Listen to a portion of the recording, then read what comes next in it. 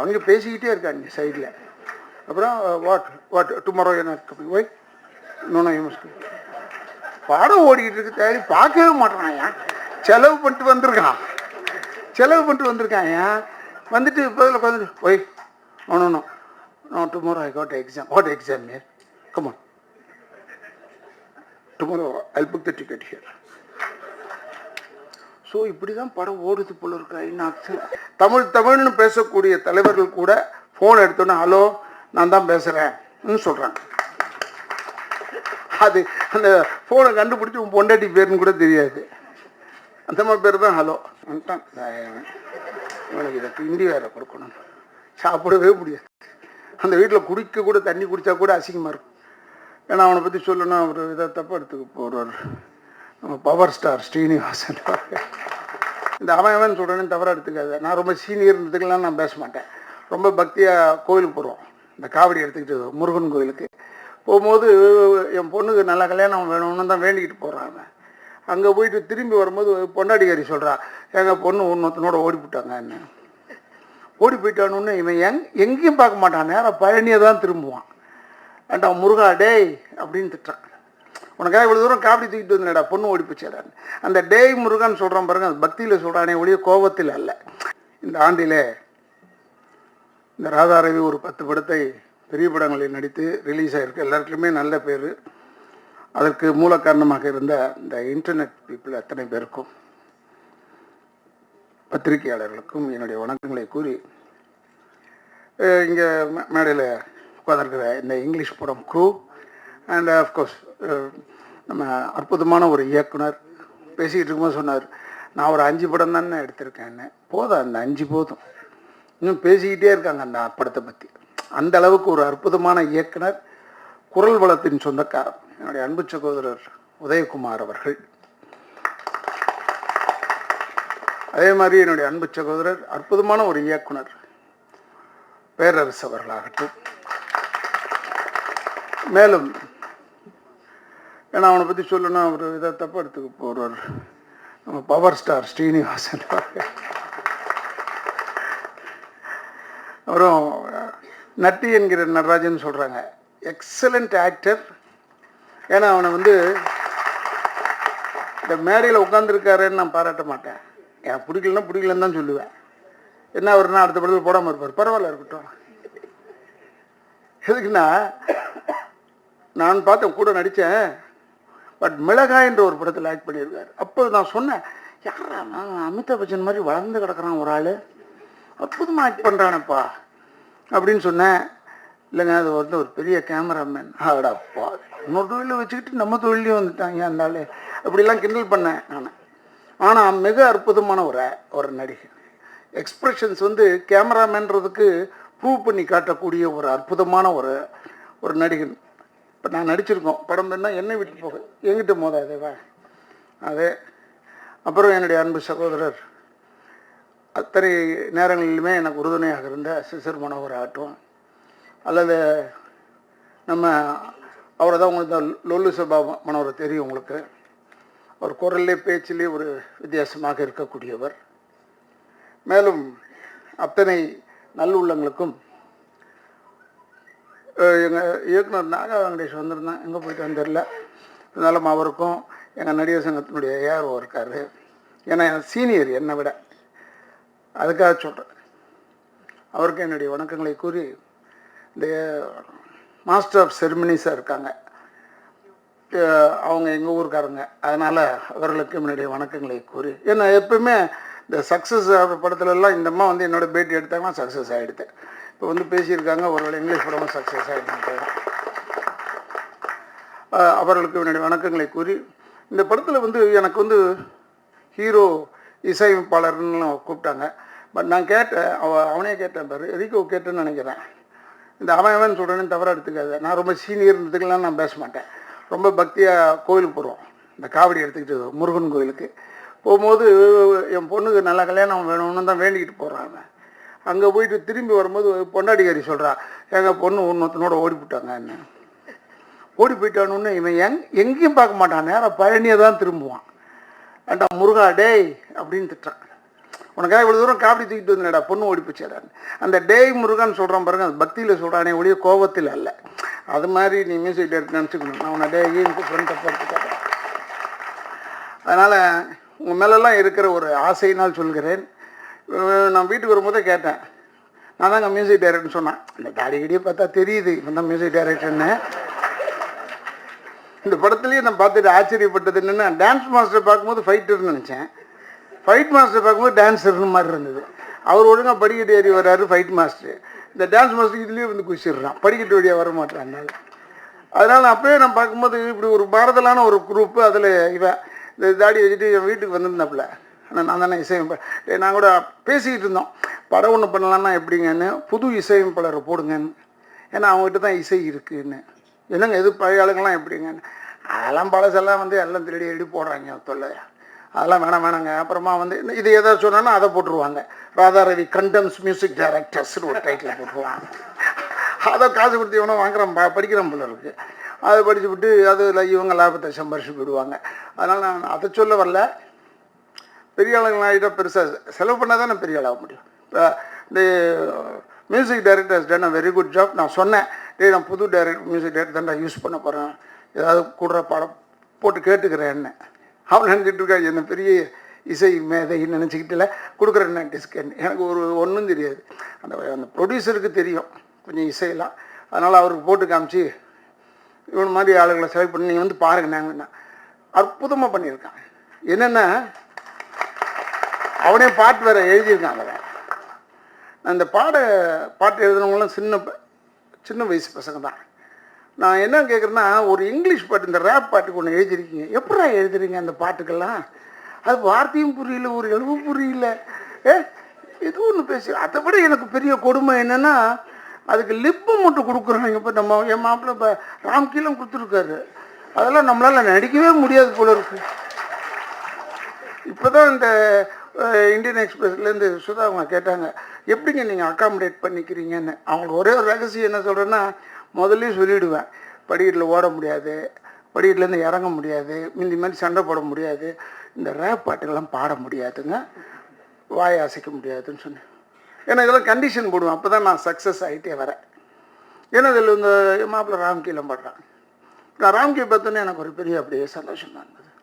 சே, ஏன்னா இந்த வெள்ளை முடி வச்சு இளமையாக இருக்கிற ஒரு ஆள் தான் நான் ரொம்ப ரசிக்கிறது வந்து ரஜினி சாரை தான்.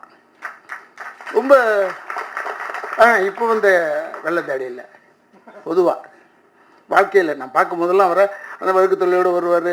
அவர் ஒரு பெரிய இமேஜ், சூப்பர் ஸ்டார்ன்ற இமேஜே இருக்காது.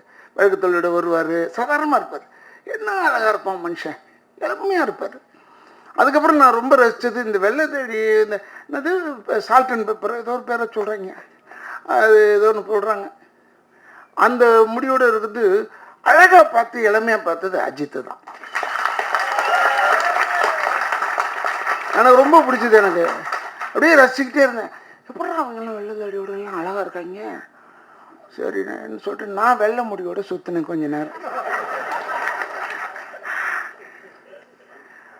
அப்போ என்ன பார்த்துல, என்னண்ணே வயசாகிடுச்சாண்ணே கேட்டான்.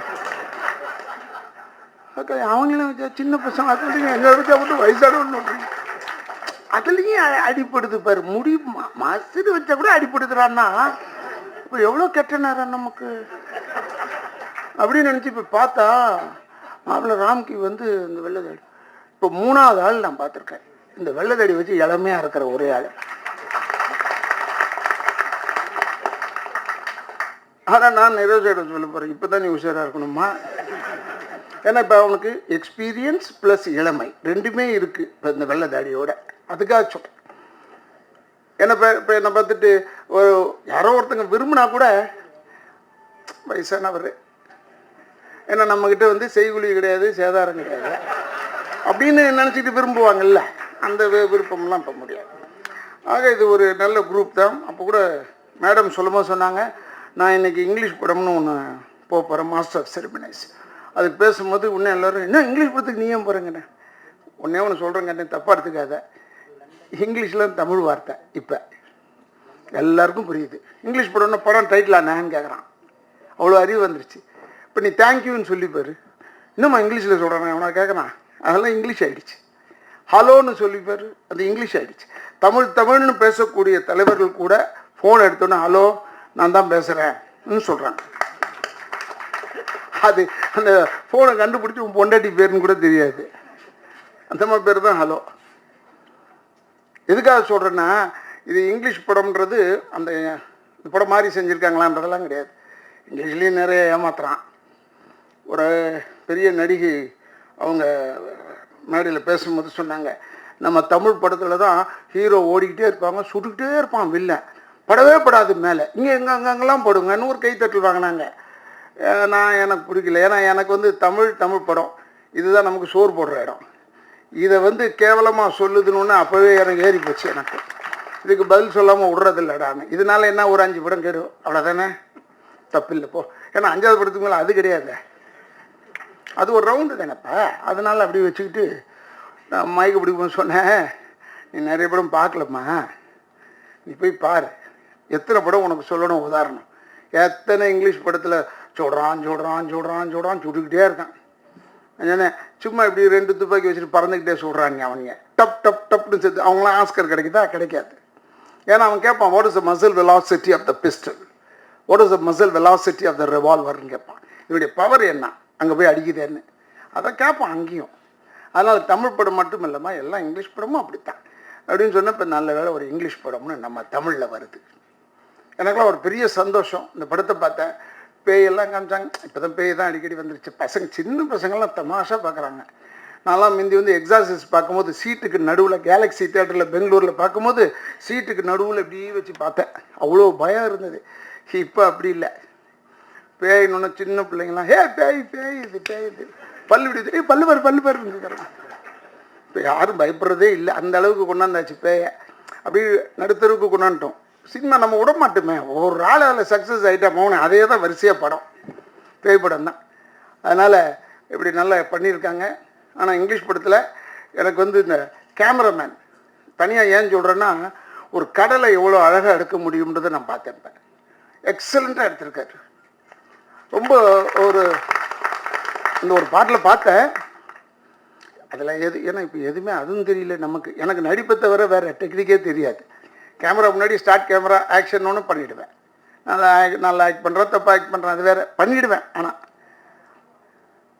எதுக்கு சொல்கிறேன்னா, இந்த படம் பார்த்துட்டு எனக்கு ஒன்றும் இல்லை, சிஜின்னு ஏதோ சொல்கிறாங்க, அதுவா இல்லை ஒரிஜினலா ஒன்றுமே புரியல. அப்படி இருக்குது இப்போ அப்படி இருக்குல்ல. இப்போ கூட நான் ஒரு படம் நடிச்சிருக்கேன், பெருசாக ஓடிட்டுருக்கு, நல்லா ஓடிட்டுருக்கு, இல்லைன்னு சொல்லலை. பட் அந்த படத்தில் கூட அவர் எப்பயுமே அந்த டைரக்டருக்குன்னு அவருடைய பேர் கொண்ட நீர்வீழ்ச்சின்னு நினைக்கிறேன். அது வச்சுருக்காரு, அதை போட்டுருவார். அந்த நீர்வீழ்ச்சி இல்லாத படமே இல்லை, அது மாதிரி போடுறாரு. அவர் சிஜியில் எக்ஸலண்ட் தாட்டு, பெரிய தாட் அதெல்லாம். அந்த மாதிரி இதில் எது வருது சிஜி எது வருதுன்னே தெரியல, அந்த அளவுக்கு எடுத்திருக்காரு கேமராமேன்னா. என்னுடைய தனிப்பட்ட பாராட்டுதல்கள் அவருக்கு.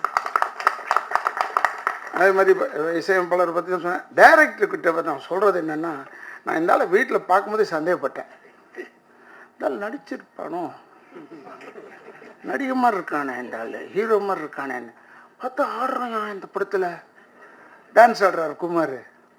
ஐயோ இது ரொம்ப டேஞ்சர் ஆச்சு. ஏன்னா அடுத்த படத்தில் ஃபுல் ஃப்ளெஜ்டு ஹீரோ தான். ஆனால் நல்லா இருக்கார். ஆள் பாருங்க, அமைதியாக இங்கெல்லாம் நடந்துக்கிட்டே இருந்தார். ரொம்ப குவைட்டாக இருக்கார். ரொம்ப ஆள் பெரிய உயரமாக ஜெய்ஜாண்டிக்கெல்லாம் இல்லை. ஆனால் ஹீரோ பண்ணி ஒன் ஆஃப் த ஹீரோஸில் 3 ஹீரோஸில் ஒருத்தரா நீங்கள்? அப்படி இல்லையா, சும்மா பயப்படுறாரு சொல்கிறதுக்கு, அப்படி தான். ஆனால் நான் என்ன சொல்கிறேன்னா, டைரக்ஷன் பண்ணும்போது பல டைரக்டர்கிட்ட சொல்லியிருக்கேன், நீங்கள் ஆக்ட் பண்ணுற படத்தை டைரக்ட் பண்ணாதீங்க. ஏன்னா என்கிட்ட டைரக்டர் சொன்னாங்க, எந்த ஹீரோ சார் ஒத்துக்கிறாரு? நான் சொன்ன கதையை நிறைய ஹீரோஸ் ஏற்றுக்கல சார். உங்கள் கதை நல்லா இருக்காதியா, அதனால ஒரு வேளை ஏற்றுக்கல, அதை நானே எடுத்து ஹிட் பண்ணிக்க வந்து. நல்லா இல்லாத கதையில் நல்லா இல்லாதவன் நடித்தா தானே ஏன் ஓடும்? ஏன்னா அது அல்ஜிபிரா, அது மைனஸ் ப்ளஸ் ஆகிடும் எப்பயுமே. அதனால் நான் சொன்னேன், இப்படி தமாஷெல்லாம் சொல்லி அவர் ஆசுவாசப்படுத்திட்டு சொன்னேன், டைரக்டர் ஏன் நடிக்கக்கூடாதுன்னா பொறாமனத்துக்காக சொல்ல, நீங்கள் டைரக்ட் பண்ணி எடுத்தீங்கன்னா அந்த கதையில் உங்களையே தான் கான்சன்ட்ரேட் பண்ணுவீங்க, கதையை விட்டுருவீங்கன்னு சொன்னேன். நிறைய பேர் அப்படி விட்டாங்க. ஆனால் இப்போ நான் 30 வருஷமாக யோசிச்சுக்கிட்டே இருக்கேன், டைரக்டர் ஆகணும் ஆக மாட்டேறேன். பயம் இருந்துக்கிட்டே இருந்தது அப்பெல்லாம். ஏன்னா ஒரு வேளை ஏதாவது கொலை பண்ணிவிடுவோமோ, ஏன்னா யாராவது சரியாக நடிக்கல நான் கோவம் வரும் எனக்கு. அதனால் அப்போ ரொம்ப கோவம்காரன். இப்போ கொஞ்சம் அப்படியே சாந்தமாயிட்டேன். இப்போ வந்து கோவம்னா ஒரு மணி நேரம் இருக்குது கோவம், அப்புறம் நின்று போயிடுது. அது மாதிரி ஆகிட்டேன். அதனால் இப்போ டைரக்ட் பண்ணலான்னு நினச்சேன். ஆனால் அந்த படத்தில் என் கேரக்டர் பெரிய கேரக்டர். ஏன்னா வில்லன் செஞ்சு ரொம்ப நாள் ஆச்சு எனக்கு. அலையிறம் கெடுக்க கூப்பிட மாட்டாங்க யாரும். அப்பா, அண்ணன், நல்லவருங்க, வல்லவருங்க, சோகமாகவே இருக்கணும், வெள்ளை மீசை, வெள்ளை தாடி, என்னங்கடா நம்மளை போய் இப்படி ஆக்கிட்டாங்க கடைசியில். இப்போ அண்ணன் ஒரு பரம்பெரும் நடிகர் இருந்தார், ரொம்ப பிரமாதமானவர், அண்ணன் ஐயா வி நாகையா அவர்கள். அவர் மாதிரி ரேஞ்சுக்கு நம்மளை கொண்டான்ட்டாங்க. இப்போ அதுக்கெல்லாம் ஒரு இளைஞரணி வேணும்னா என்ன கூப்பிட்டாங்க போல இருக்கு இப்போ. ஆனால் இருந்தாலும் என்ன செஞ்சிடறாங்கன்னா கொஞ்சம் கோபமாக திட்டுற மாதிரிலாம் சொல்கிறாங்க. அதனால் நான் எதுக்காக சொல்லவில்லை, இந்த குரூப்பை நான் சொல்கிறேன், தயவுசெய்து சின்ன படமாகவே எடுக்க கற்றுக்குங்க. சின்ன படம் எடுத்து ரிலீஸ் ஆகி ஓடினா தான் அடுத்த ப்ரொடியூசருங்களுக்கெல்லாம் தைரியம் வரும் இன்னொரு சின்ன படம் எடுக்க. பெரிய படம் தான் எப்படியும் ஓடிடுமே, நஷ்டம்னு ஆனால் கூட சொல்ல மாட்டாங்களே வெளியே. 2 வாரத்தில் 500 கோடி லாபம்னு சொல்லுவாங்க. எவன் எண்ணி பார்க்க முடியும் 500 கோடி ஒரே நாளில்? என்னவே முடியாது. இல்லை பொய் சொல்ல, இன்கம் டேக்ஸில் ரைடு பண்ணாங்க ஒருத்தவங்க வீட்டுக்குள்ளே, 500 கோடி ரைடு பண்ணாங்க. அது எல்லாம் வாட்ஸ்அப்லாம் அனுப்பிச்சாங்க ஃபோட்டோலாம். 500 கோடி அது எண்றதுக்கு எவ்வளோ நாள்னா 18 நாள் ஆகிருக்கு. எப்படியா 2 வாரத்தில் சொன்னாங்க? 18 நாள் ஆகிருக்கு 500 கோடியை எண்றதுக்கு. அதுக்காக சொல்கிறேன். அதெல்லாம் சொல்லுவாங்க பெரிய படம்னா பெரிய படம் தானே, அது ஒன்றுமே பிரச்சனை இல்லை. பட் பெரிய படம் நல்லா ஓடினா எல்லாருமே பெரிய படம் எடுக்க முடியாது, எடுக்க மாட்டாங்க. ஏன்னா ஹீரோ டேட்டுக்கு கதை கேட்கணும், டைரக்ட் பண்ணணும், அவர் ஹீரோ கதை கேட்கணும், பிடிக்கணும், அப்புறம் அவங்க வீட்டில் இருக்க ஆளுங்களுக்கெல்லாம் பிடிக்கணும், அதெல்லாம் பெரும் பிரச்சனை இருக்குது அதில். ஆனால் சின்ன படம் மட்டும் ஓடிச்சுன்னா நிறைய பேர் இது மாதிரி எடுத்தா என்ன வரும், ஆசை வரும். அதனால சொல்கிறேன், இந்த தேட்டரில் பல தடவை பேசியிருக்கேன், இது மாதிரி தான் நல்லா கை தட்டுவாங்க, ஆனால் ஜனங்க விட்டுருவாங்க. போய் பாரு, கை தட்டின 10 பேரில் நான் ஓப்பனாக சொல்கிறேன், போய் சீடியை பார்க்காம இருக்கவே மாட்டான். அந்த ரிலீஸ் ஆகிற அன்னைக்கே சீடியை போட்டு பார்த்துடணும். பாடா ஒரு குடும்பம் அழிஞ்சதுராய் சாமி. ஏன் நான் சொல்கிறேன், நான் தயவு செய்து சொல்கிறேன், உங்கள் நண்பர்கள் எல்லாருக்கிட்டையுமே மவுத்தில் சொல்லுங்கள். சும்மா இந்த மவுத் டாக்கில் வரணும். எல்லோரும் போய் தேட்டரில் பாருங்கள். தேட்டரில் எவ்வளோ செலவு பண்ணுறீங்க சரி, கொஞ்சம் இந்த தேட்டருக்கு போய் பாருங்கள். அப்போ தானே உங்களுக்கு பிடிச்ச நடிகர் அந்த மதிப்போடையே வாழ முடியும் கடைசி வரைக்கும். வேறு என்ன இருக்குது நமக்கு? வேறு ஒன்றும் சொத்தே கிடையாது. நீங்கள்லாம் வந்து பார்த்தீங்க, கை தட்டிங்க, ரசி. இப்போ ஒன்றும் இல்லை, தொடரியில் சொல்கிறாங்க, தினத்தந்தியில் எழுதியிருக்காங்க, ராதா ரவி இந்த ஆண்டு அவார்டு வாங்குகிற வேஷம் பண்ணியிருக்காருன்னு. எனக்கு ஒரு ஒரு அது படித்ததுலேருந்து சொல்கிறேன், எனக்கு அப்படியே ஒன்றுமே புரியல. பரவாயில்லையே, இப்போயாவது நம்ம நாட்டில் சொல்கிறான் நமக்கு அவார்டு வரும்னு. அந்த ஒரு சந்தோஷம் இருக்குது பாருங்கள் ஒரு நடிகனுக்கு. அதனால சொல்கிறேன். இப்போ மாப்பிள்ளை நடிச்சிருக்காப்புல ராம்க்கு, ஒரு டிஃப்ரெண்ட்டாக ட்ரை பண்ணியிருக்காரு, அது ஓடிச்சுன்னா இல்லை. அப்புறம் ராம்கி தான் எல்லா படத்துலையும் இது மாதிரி கேரக்டர், வேறு ஆளே கிடையாது. இந்த இளமைக்கு இந்த வேகத்துக்கு ஆள் கிடையாது இப்போ. ஏன்னா எக்ஸலண்ட் ஃபைட்டரு, எக்ஸலண்ட் டான்ஸர், எனக்கு தெரியும். அவரோட நான் அப்போருந்தே நடிச்சிருக்கேன். ஏன்னா நான் இளமையாக இருக்கிற போது வில்லனாக பண்ணேன். அப்புறம் அப்பயும் அவர் இளமையோட தான் இருந்தார், ஹீரோ பண்ணார். இப்பயும் அவர் அப்படி தான் இருக்கார். நான் மட்டும்தான் கொஞ்சம் ஏஜ் ஆகிடுச்சு.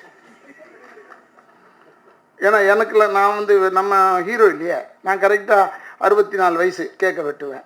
ஹீரோ மட்டும் போயிட்டு இருப்பாங்க, ரிவர்ஸில் போட்டுருவாங்க ஒரு கேரு, 34, 33, 32, 30 பயந்துருவேன் நான். ஒரு சில ஹீரோகிட்ட சொல்லியிருக்கேன், மாப்பிள்ள டே ரொம்ப அப்படியே குறைச்சி உங்கள் அம்மா கருவுள்ளே போயிட போகிறடா ஜாக்கிரதைன்னு சொல்லியிருக்கேன். அதுக்காக சொல்கிறேன் நான். அதனால் நல்ல இளமையோடு இருக்கணும், நல்லா இருக்கணும்.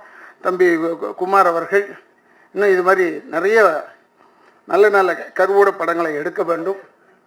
இது மாதிரி சிம்பிளாக எடுத்தால் போதும், இதெல்லாம் ஓடிடும், எப்படியும் ஓடிடும். 3 வாரம் ஓடினா போதுமையா, 3 நாள் ஓடினா போதும். இப்போல்லாம் சின்ன படமாக எடுத்திங்கன்னா 3 நாள் ஓடினால் ஒரு நேரோ லாபத்தில் தப்பிச்சுக்கலாம். பெரிய படமாக இதுனா ஒரு 3 நைட்டு தான் தூக்கம் வராது. ஃபுல்லாச்சா, க்ரௌடு வந்துதான்னு. பெரிய படம் எடுத்தால் 60 நாளைக்கு தூங்க முடியாது. பரவாயில்லையா, ஏதோ ஒன்று முடிவு எடுத்துக்க, தூங்கணுன்றதுக்காக சின்ன படம் எடு, எப்படியும் வந்துடும், லாபம் வரும் இல்லையா? தேட்டரில் இருக்க சைக்கிள் ஸ்டாண்டுக்காரனுக்கு லாபம் வருது, கார் பார்க்கிங்காரனுக்கு லாபம் வருது, நமக்கு வராதா? வரும். அதனால சொல்கிறேன், உடனே மனசு வெக்ஸ் ஆகி சரி இதில் போயிடலாமா அதில் போயிடலாமான்னு போகவே வேணாம். தைரியமாக எடு, உனக்கு நல்ல வெற்றிகள் வரும். சப்போர்ட் பண்ணுறதுக்கு பார் இவ்வளோ பேர் வந்திருக்காங்க. சின்ன படம்னு சொல்லிட்டு இவங்கெல்லாம் வராமையாக இருக்காங்க. பத்திரிக்காரங்க எல்லாத்துக்கும் தான் வராங்க, நல்லா தான் போடுறாங்க. அதனால் நீங்கள் தயவுசெய்து நல்ல படங்களை எடுங்கள். நம்ம நல்ல படத்தை எடுக்கணும். திருப்பூர் சுப்பிரமணியன் சொன்ன மாதிரி நல்ல படங்களை எடுக்க கற்றுக்கொள்ளுங்க. ஜனங்களை திட்டாத ஓடலன்னு. விலைவாசி ஒரு காரணமாக இருக்குது, அது வேறு விஷயம். இருந்தாலும் அதை மீறி நம்ம தேட்டர்ஸ்லாம் கொஞ்சம் நல்லாவும் இருக்கணும். ஒரு ஒரு 4-5 தேட்டர் தான் கொஞ்சம் நல்லா இருக்கு போல இருக்குது சொன்னாங்க. 10 தேட்டர் இருக்குதுன்னு வச்சுக்கலாம் சிட்டியில். எல்லா தேட்டருமே நல்லா இருந்த ஜனங்க டெஃபினட்டாக போவான்.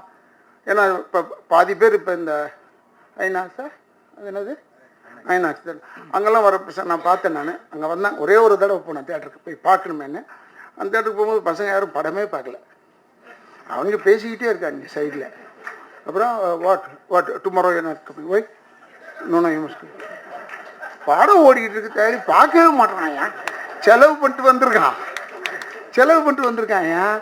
வந்துட்டு இப்போ உட்காந்துட்டு why no tomorrow I got exam. What exam மேர்? Come on, tomorrow I book the ticket here. So இப்படி தான் படம் ஓடுது போல இருக்கு ஐநாக்ஸ். ஏன்னா அவன் அடுத்த நாள் வேற புக் பண்ணுறான். அப்போ பார்த்துக்குவான் போல இருக்கு படத்தை. அன்னைக்கு ஒரு நாள் விட்டுடுறான். அது மாதிரி ஒவ்வொருத்தர் 2 தடவை பார்க்குறாங்களே. அது நல்ல தேட்டரை பண்ணால் அதெல்லாம் ஒரு 200 சீட்டோட தேட்டர் ஏசி ரூம் பண்ணிட்டோம்னா போதும், அது பாட்டு ஓடும். இந்த பாப்கார்ன் வேலை, ஐஸ்கிரீம் வேலை அதெல்லாம் பற்றி அவனுக்கு கவலையே இல்லை. ஏன்னா கூட வந்திருக்கிறது எதை கை நீட்டுதோ அதை வாங்கி தான் தரான். நான் கூட பார்த்தேன். நான் சில டைமில் இதெல்லாம் பார்க்குறேன். நான் இந்த செயின் ஸ்நாச்சிங் பண்ணதெல்லாம் பேப்பரில் படித்தேன். Chain snatching college. ஏன்னா அந்த பொண்ணு காட்டியிருக்கோம், இந்த செயின் தான் வேணும் எனக்கு. யார் கழுத்தில் தொங்குதுறான் அவன் பார்த்துருக்கான், பார்த்துட்டு போயிட்டான் போல. அதனால் அந்த படம்லாம் ஓடுது. அந்த தேட்டர்லாம் நல்லா ஃபுல்லாக தான் போகுது. என்ன 2 தடவை ஒருத்தன் பார்த்தா ரிப்பீட்டட் ஆடியன்ஸே இருக்கியாங்க. படமே நான் பார்த்தேன்ப்பா படம், என் படமே பார்த்தேன். என்ன ஒரு முடிக்கு மரியாதை கூட கொடுக்கலையா எனக்கு. பேசிக்கிட்டே இருக்கான். அப்புறம் வெளியே போய் பேசுகிறான். என்ன சனியும் பேசுகிறானோ தெரியல, விட்டா கேட்க முடியும். என் முன்னாடி உட்காந்துருக்கும் போது மட்டும் கேட்குது சத்தம். படத்தில் சைலன்ஸ் சீன் வந்தால் இவன் டைலாக் கேட்குது. நம்மளே சிங் பண்ணிக்க வேண்டியதுதான். இதுதான் இருக்கும் போல இருக்குடான்னு நினச்சிச்சு. அது ஒன்று. அதனால் நல்ல படங்களாக ஓடுங்க.